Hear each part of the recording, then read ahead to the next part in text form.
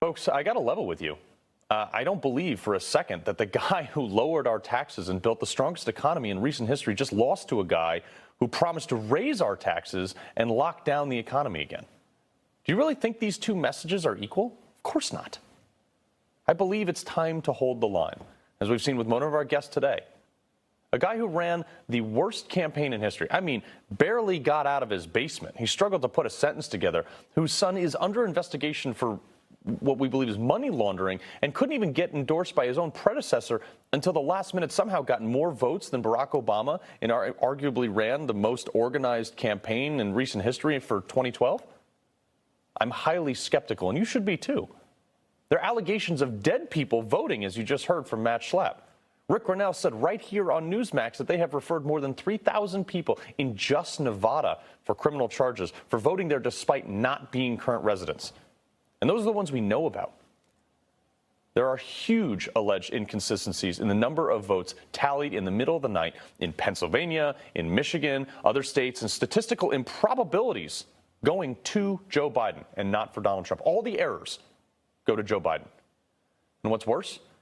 As Pam Bondi pointed out, in many cases, Republican poll watchers were barred from even entering to observe, even after a judge's order.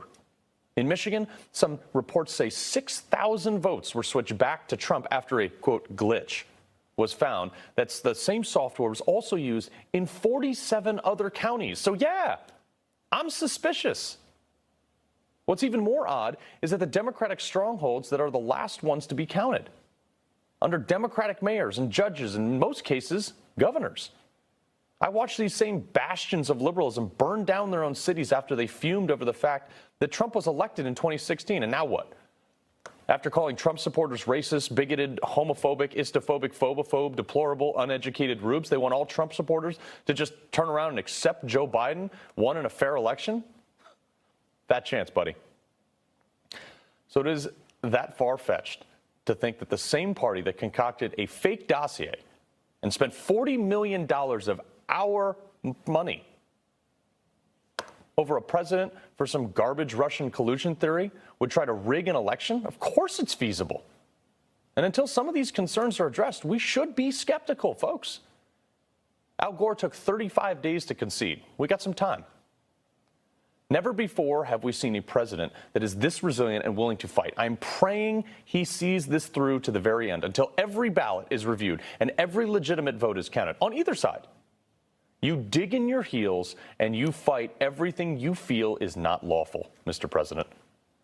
And after that, if Joe Biden turns out to be the duly elected president, then I will concede. I will sit here in this chair and respect him as my president. You have my word on that. But until then, strap in, America. You just watched Newsmax.